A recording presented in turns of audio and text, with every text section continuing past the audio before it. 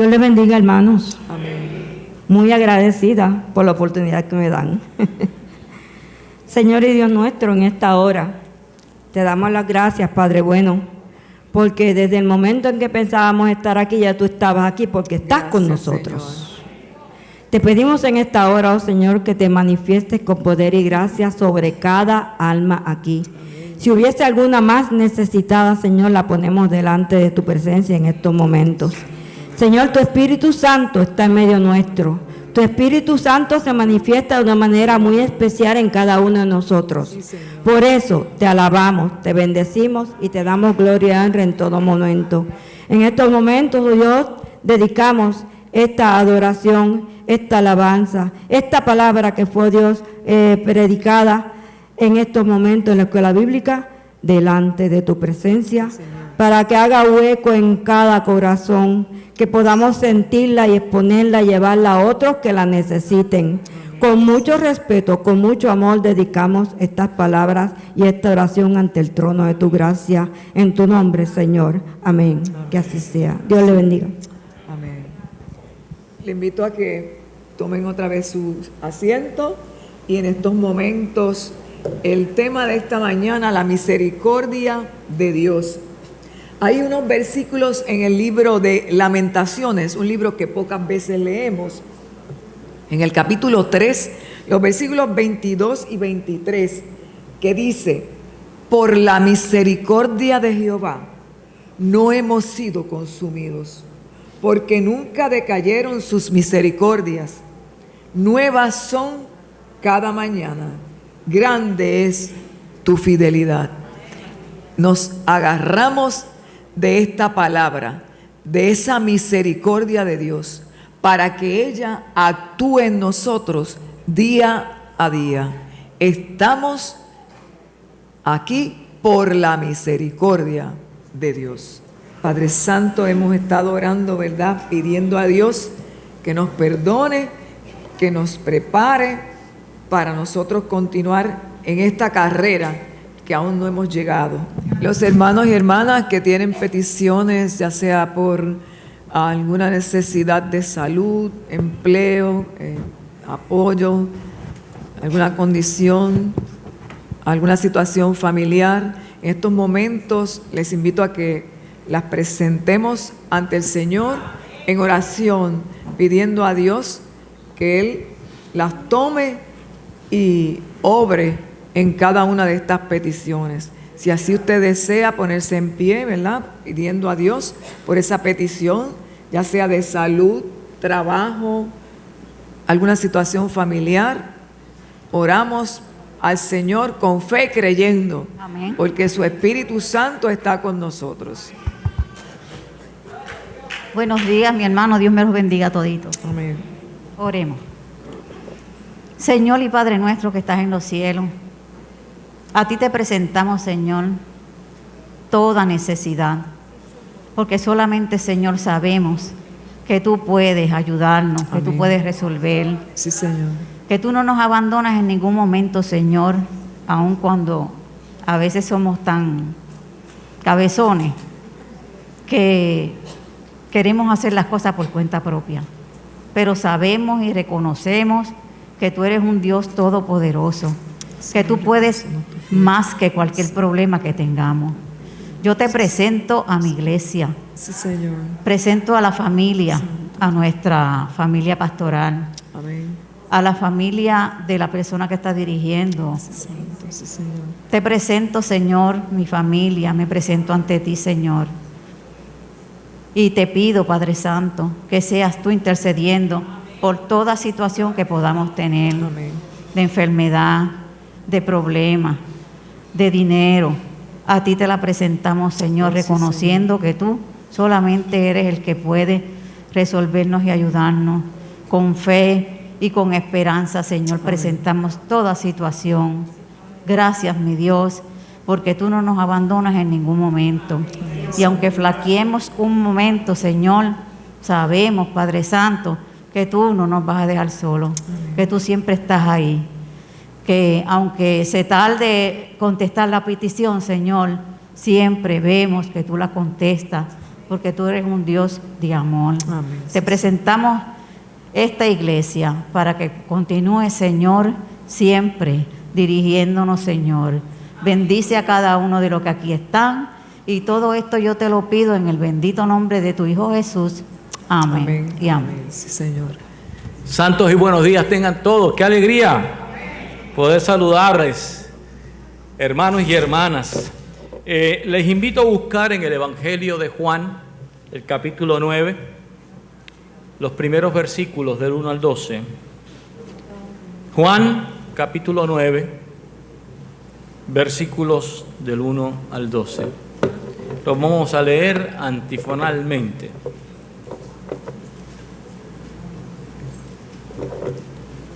Leemos en Juan capítulo 9, versículos del 1 al 12, en el nombre del Padre, del Hijo, del Espíritu Santo, y la iglesia exclama, amén.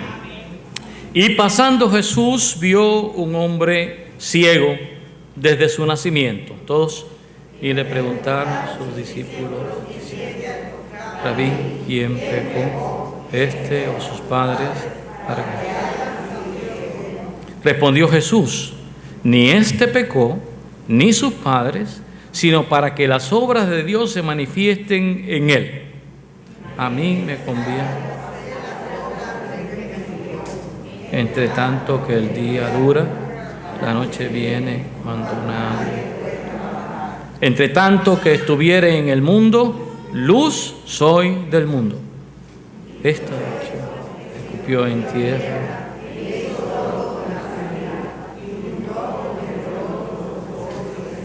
Y le dijo, ve, lávate en el estanque de Siloé, que significa Siloé, enviado.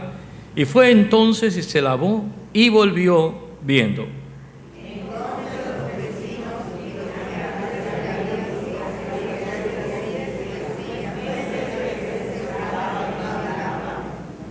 Unos decían, este es, y otros, a él se parece. Él decía, sí, yo soy. Entonces le decían, vamos a repetir el versículo 10 otra vez, ¿ok? Vamos ya. Respondiendo él y dijo, un hombre que se llama Jesús hizo todo, y me untó los ojos y me dijo, ve al estanque de Siloé y lávate, y fui y me lavé y recibí la vista. Todos entonces le dijeron, ¿dónde está? Él dijo, no sé. Que el Señor añada bendición a esta palabra en nuestros corazones. Por favor, tengan a bien sentarse.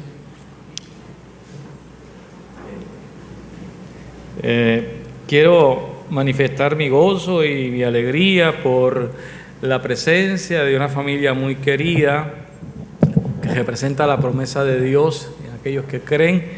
Me refiero a Aníbal y Darling, que están con nosotros, y a sus hijos Aníbal y Nivito, y a sus esposas Emily y Amanda. You are most welcome here. We are very glad to have you here. Qué bueno. También le damos la bienvenida a Edita, que estuvo un tiempito fuera, está con nosotros. Si hay alguien más que nos visita por primera vez, nos gustaría saber para saludar. Damos gracias al Señor. Hoy nos vamos a unir en ese camino de los discípulos y vamos a caminar para ver, y enfatizo ese ver, el poder de Dios, la misericordia de Dios. No para un creyente, porque el milagro aquí no se da en un creyente ni un seguidor, sino un ciego, dice la palabra, un ciego de nacimiento, sin relación alguna con el Señor, ni tan siquiera él lo conocía. Y yo hago hincapié en el hecho de que la Biblia nos narra hechos y datos del Señor con una agenda más allá de un mero encuentro.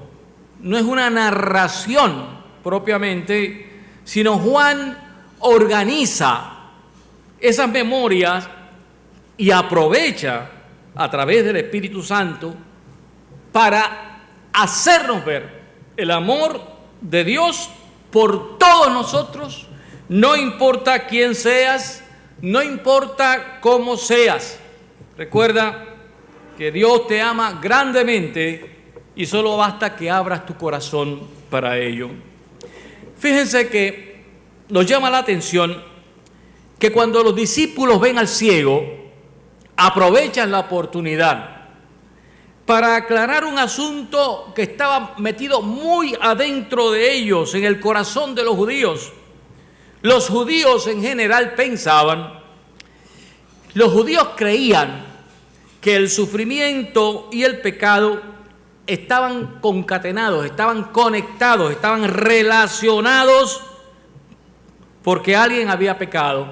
Es decir, si alguien estaba enfermo, era porque había pecado. Por eso le preguntan al Señor, Señor, ¿quién pecó para que este muchacho estuviera ciego?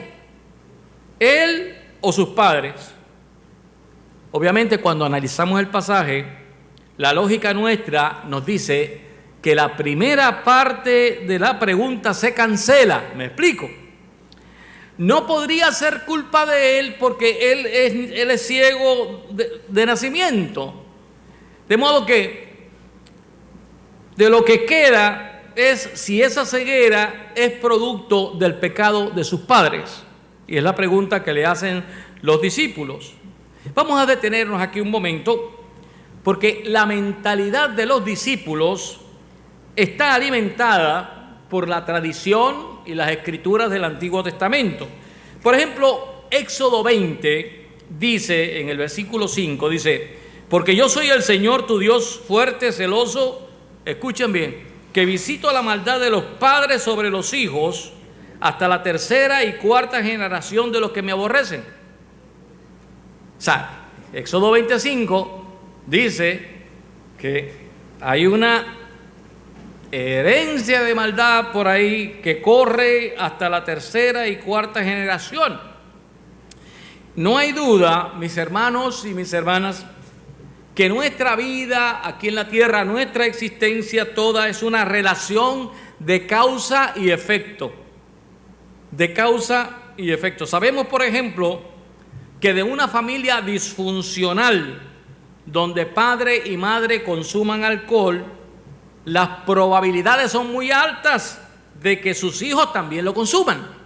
Y ahí viene un problema tremendo de alcoholismo que pasa a una generación. Sabemos todos nosotros que una de las plagas de nuestra época es el consumo de drogas, y que ese consumo de drogas también va de generación en generación. Pero no podemos olvidar que el factor sociológico que pesa en esas circunstancias es muy importante. La droga es una maldición y el entorno de todo ese nefasto negocio tiene raíces satánicas. El mal está metido en el narcotráfico, el mal está metido en la prostitución, el mal está metido en toda esta avalancha de información, de tergiversar lo que es el género, ¿cómo se llama esto ahora? Perspectiva de género y todo esto. Ahí hay un movimiento que, si ustedes notan, este movimiento está conectado con la defensa del derecho al aborto, y ya de por sí, para mí, yo no concibo ningún cristiano que puede estar a favor del aborto. Es una contradicción terrible.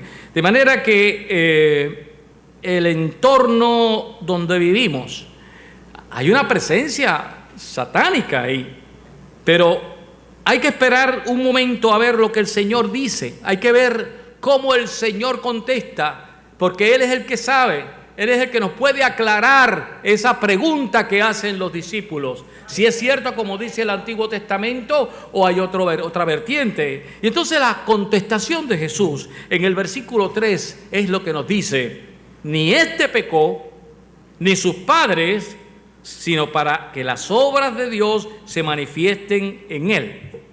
¿Qué detalle? Me parece que el Señor va directamente al asunto, porque miren, es posible que sus padres hayan pecado, Y es posible también que este muchacho haya cometido algún pecado. Pero en este momento, para la condición de ceguera, él dice, eso no tiene nada que ver. Hay un propósito más allá de ese, y es para que el poder, el amor, la misericordia de Dios se manifiesten en ese muchacho. Y me parece que queda claro entonces que debemos hacer un cernimiento en la mentalidad del Antiguo Testamento y el nuevo orden del Nuevo Testamento. Muchas personas todavía están inmersas en el Antiguo Testamento. Pablo dice que el Antiguo Testamento o la ley es un ayo que nos conduce a la gracia, es decir, como una ama que nos cuida, pero que cuando llega, o sea, cuando nosotros crecemos, ya no estamos bajo la ley. Nosotros no estamos bajo la ley, estamos bajo la gracia de Dios. Cuando Él dice, ni este pecó, ni sus padres, sino que para que las obras de Dios se manifiesten en Él. No sé, pero me parece claro aquí que quien está hablando, está diciendo, la ceguera de este muchacho no es consecuencia de una maldición, porque si así fuera, estaríamos entrando en un determinismo de injusticia. ¿Qué culpa tiene ese muchacho desde el vientre de su madre? ¿Qué culpa ha cometido para recibir la maldición de ser ciego? O sea, la lógica que Dios nos ha dado nos dice que la cosa no debe funcionar así, porque sería una grave injusticia. Entonces, dice Dios, el Dios de la gracia, el Dios del Antiguo y del Nuevo Testamento. Ahora, noten algo importante. La razón, entre otras, para la redacción de ese milagro es intencional. Juan construye esta narración con una intención. Esto es algo muy importante. Aquí están expuestos dos elementos que nosotros conocemos: la luz y la sombra, lo brillante y lo oscuro. Fíjense que la condición de ceguera del muchacho representa las tinieblas. Cerramos los ojos, no vemos nada, oscuro. Y Juan así lo narra para describir a un pueblo que estaba de igual manera, refiriéndose a los judíos, ciegos, estaban ciegos, no pudieron entender el mensaje de Dios en su Hijo amado, con un libro de la ley que sirvió en un momento, pero no es efectivo para salvar a nadie. La ley no pudo salvar a nadie. De más está decir que los religiosos de aquella época, Jesús los describe como ciegos guiando a otros ciegos. Mateo 15, 14 dice, déjenlos, son ciegos guías de ciegos, y si un ciego guía a otro ciego, ambos caerán en el hoyo. Ahora bien, contrario a las tinieblas, aparece la luz. Hemos leído en Juan 9:5, dice, entre tanto que estuviera en el mundo, luz soy del mundo. ¿Se da cuenta que Juan está presentando aquí entonces el contraste entre las tinieblas, la oscuridad del pecado y la oscuridad de la ley, ciertamente, y la luz de la gracia y de la salvación? Vemos entonces que este milagro demuestra que donde está Jesús llega la luz. Yo soy la luz del mundo, dice el Señor. Todos nosotros anduvimos en tinieblas, mis hermanos, antes de que nuestra visión espiritual fuera abierta por el mensaje de la cruz. ¿Y cuál es ese mensaje? ¿Cuál es el mensaje de la cruz? Hebreos 10 dice en el versículo 11, y ciertamente todo sacerdote día tras día, ministrando y ofreciendo muchas veces los mismos sacrificios que nunca pueden quitar los pecados, porque con una sola ofrenda, refiriéndose a Jesús, con una sola ofrenda hizo perfectos para siempre a los santificados, y nos atestigua lo mismo el Espíritu Santo, porque después de haber dicho, este es el pacto que haré con ellos, después de aquellos días, dice el Señor, pondré mis leyes en sus corazones y en sus mentes las escribiré, y añade, y nunca más me acordaré de sus pecados y de sus transgresiones. Esa es la visión del Nuevo Testamento, de la gracia, del regalo de la salvación. Y en otras palabras, se acaba la maldición con el sacrificio de Jesús. Escuche bien esto, aquellos que todavía están pensando en maldiciones generacionales, Hay una corriente surgida hace 20, 25 años atrás que hablaba de maldiciones generacionales. Entonces eso era revivir el Antiguo Testamento. Entonces se escribieron muchos libros sobre el asunto. Y esto vino junto a otro tema, el tema de la guerra espiritual. Entonces la persona tenía que ser un guerrero y tenía que guerrear en oración para libertar a los oprimidos del diablo. Y yo pregunto, ¿en qué quedamos? ¿Es Jesucristo o es usted? Ese es el problema. Si usted se convierte en una persona, qué buenísimo que usted ore, maravilloso, es maravilloso que usted ore, pero cuidado con pensar que a través de su oración usted, no, Dios es el que da la lucha por nosotros. Dios es quien pelea por nosotros. No se meta. Usted va a orar para dar gracias a Dios, para bendecir su nombre, para aclamar a Él. Pero usted no es el personaje, usted no es el protagonista, usted no es la estrella del show, usted no es el héroe. El héroe es Jesucristo. A Él sea la gloria por siempre. Muchas veces se cuelan movimientos y teorías que invalidan el sacrificio de la cruz. Ese es el problema, que cualquier gestión que tú hagas y tú sientas que por tus méritos y por tu oración y por tu intercesión pasó algo, estás invalidando el sacrificio de Jesucristo en la cruz. Es Jesucristo el que hace el milagro, es Jesucristo el que obra con poder, y nosotros sí intercedemos, pero Dios es el que tiene el poder y es el que cambia a las personas. Algunas personas, al no leer la palabra, se enredan en estos asuntos. Dice en Romanos 8, versículo 1, ahora pues ninguna condenación hay para los que están en Cristo Jesús, los que no andan conforme a la carne, sino conforme al Espíritu. Usted escuchó bien, ninguna condenación hay para los que están en Cristo Jesús, los que no andan conforme a la carne, sino conforme al Espíritu. El problema que teníamos con esto de la guerra espiritual era que en las mismas iglesias se daba el fenómeno de estar trabajando con esas maldiciones espirituales. Y si tú tenías un problema, puede ser una maldición generacional, pues, que está invalidando el sacrificio de Jesús en la cruz, ¿no? Se convertía entonces en un disparate teológico. De manera que tenemos que tener mucho cuidado. Donde el Señor viene, donde la gracia de Dios viene, se va toda maldición. Ahora, tú eres una persona humana, tú vas a tomar decisiones. Esas decisiones tienen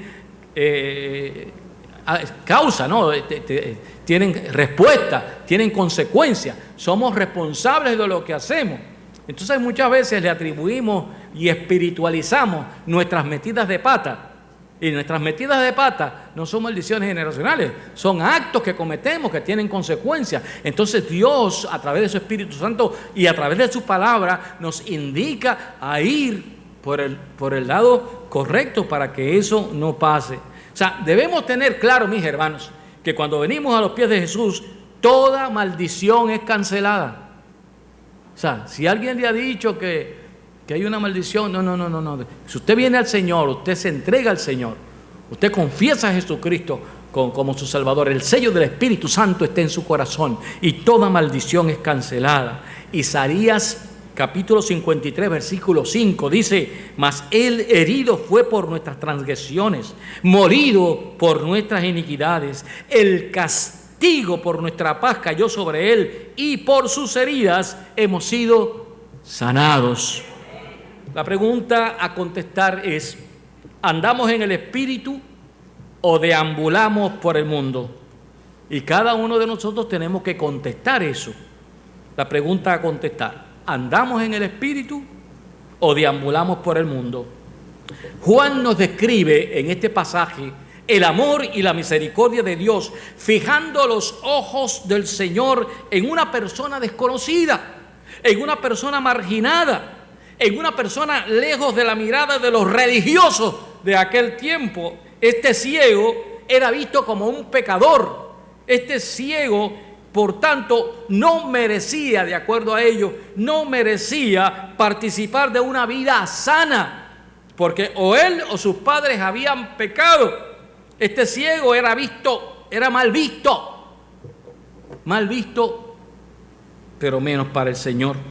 Y me llama la atención una excelente cualidad de este ex ciego, el Señor lo sana. Y noten ustedes lo que pasa. Él obedeció las instrucciones de Jesús.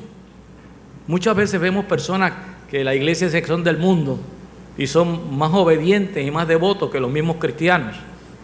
Yo he ido a lugares donde yo no me identifico como pastor, menos de reverendo ni esa cosa. No me identifico, yo soy Pepe o José López, ¿no? Si se me nota o no, eso depende de mi testimonio. Pero yo he estado en lugares donde hay borrachines y muchachos, y cuando me ven, manifiestan un respeto, un acto de saber que hay alguien que es de la iglesia. Y eso es algo, ¿verdad?, que siempre me ha llamado la atención. Este muchacho, que la Biblia no dice nada, ¿no?, ni discípulos, ni cosas parecidas. Él obedeció las instrucciones del Señor. Miren lo que dice el versículo 7. El Señor le dice: ve, lávate en el estanque de Siloé. Y dice, y él fue y se lavó. Y fue entonces y se lavó y volvió viendo. ¡Qué detalle! ¡Qué detallazo de este muchacho! ¿A qué vino? Bueno, yo estoy más que seguro que en medio de esto tiene que haberle dado gracias a Dios por eso, al Señor. Porque ¿para qué llegó? ¿Para qué regresó? El Señor no le dijo: ve y regresa. No, ve, lávate en el estanque de Siloé. Pero él se lava, él obedece al Señor, él sana su ceguera y regresa a darle gracias. Ese detalle de que él volvió. ¿Cuánto necesitamos volver nosotros al altar cuando tantas cosas el Señor nos ha sanado, cuando tantos problemas el Señor ha resuelto por nosotros, y hacemos como los 9 samaritanos, los ciegos aquellos que se fueron y solamente uno llegó? Así que esto nos invita a nosotros a ser hijos agradecidos de Dios y que podamos explicar y decir: Dios hizo un milagro en mí, y que todo el mundo se edifique con ello. No leo que Jesús le dijera: regresa, pero él regresó, ¿verdad? Otra nota que señalamos es cómo el Señor se ajusta a las costumbres de aquella época. Es interesante. ¿Qué es eso de tomar saliva, mezclarlo con el barro y untarla en los ojos del ciego?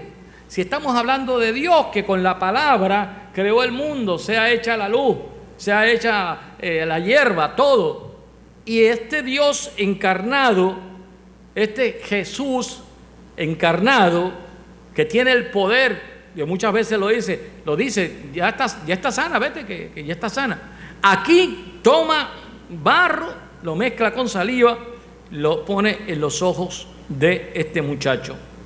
Así, con solo decir la palabra podía sanarlo.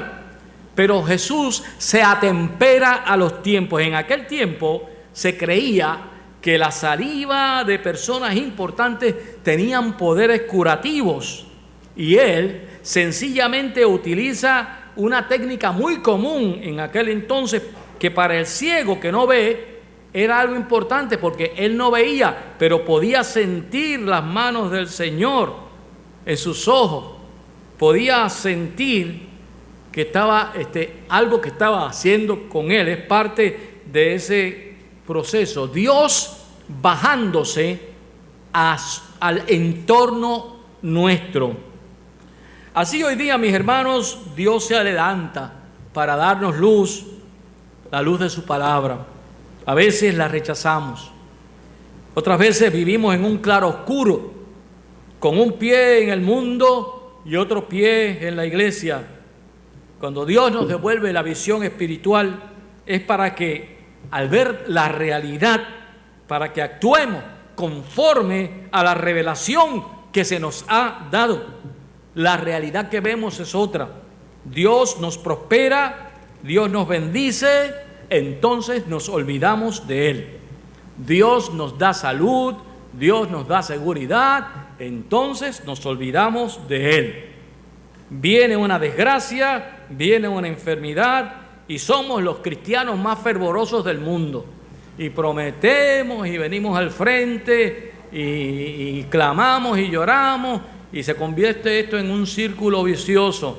tan pronto Dios nos bendice y nos prospera, nos olvidamos de Él. Ya compramos un yate, y si compramos un yate, olvídese de los domingos, no hay tiempo para eso. ¿Se da cuenta usted?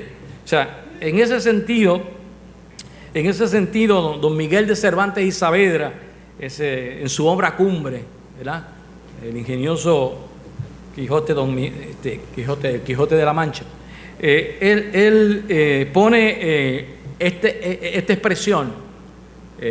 Cervantes pone esta expresión en Don Quijote. Le dice: Sancho amigo, es de bien nacidos ser agradecidos. Sancho amigo, es de bien nacidos ser agradecidos. Me parece que tenemos que meditar en ser agradecidos con Dios.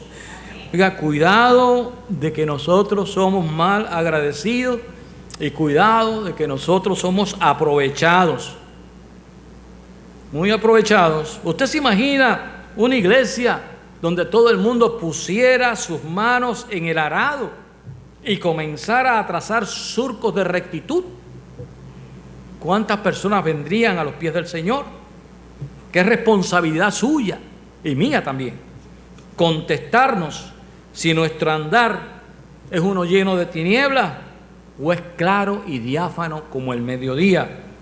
Nos toca a nosotros, mis hermanos, hacer un inventario de las bendiciones recibidas y agradecerle a Dios su luz y pedirle que nos conserve en esa luz.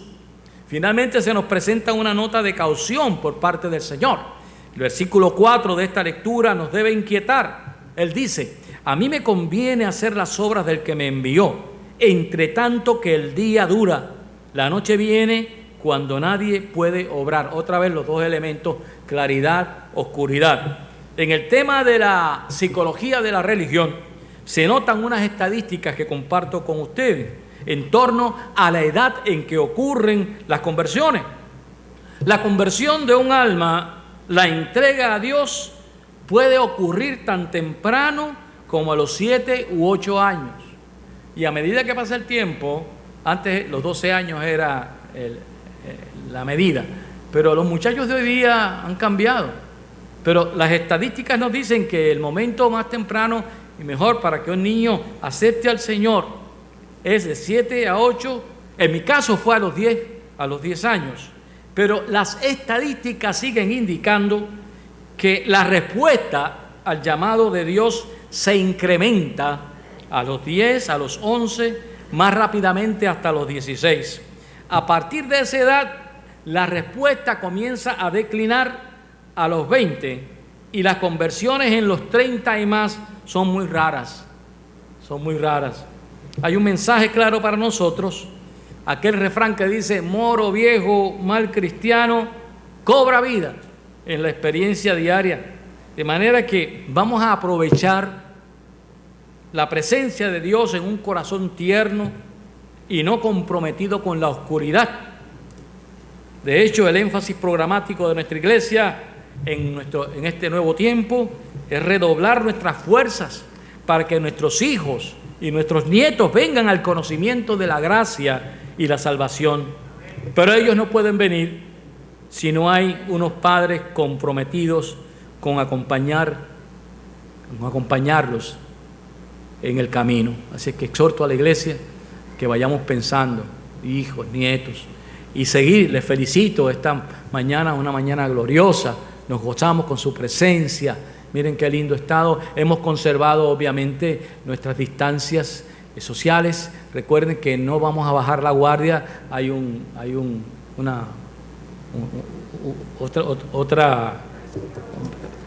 otra manifestación de este virus llamado Delta, que es más agresivo.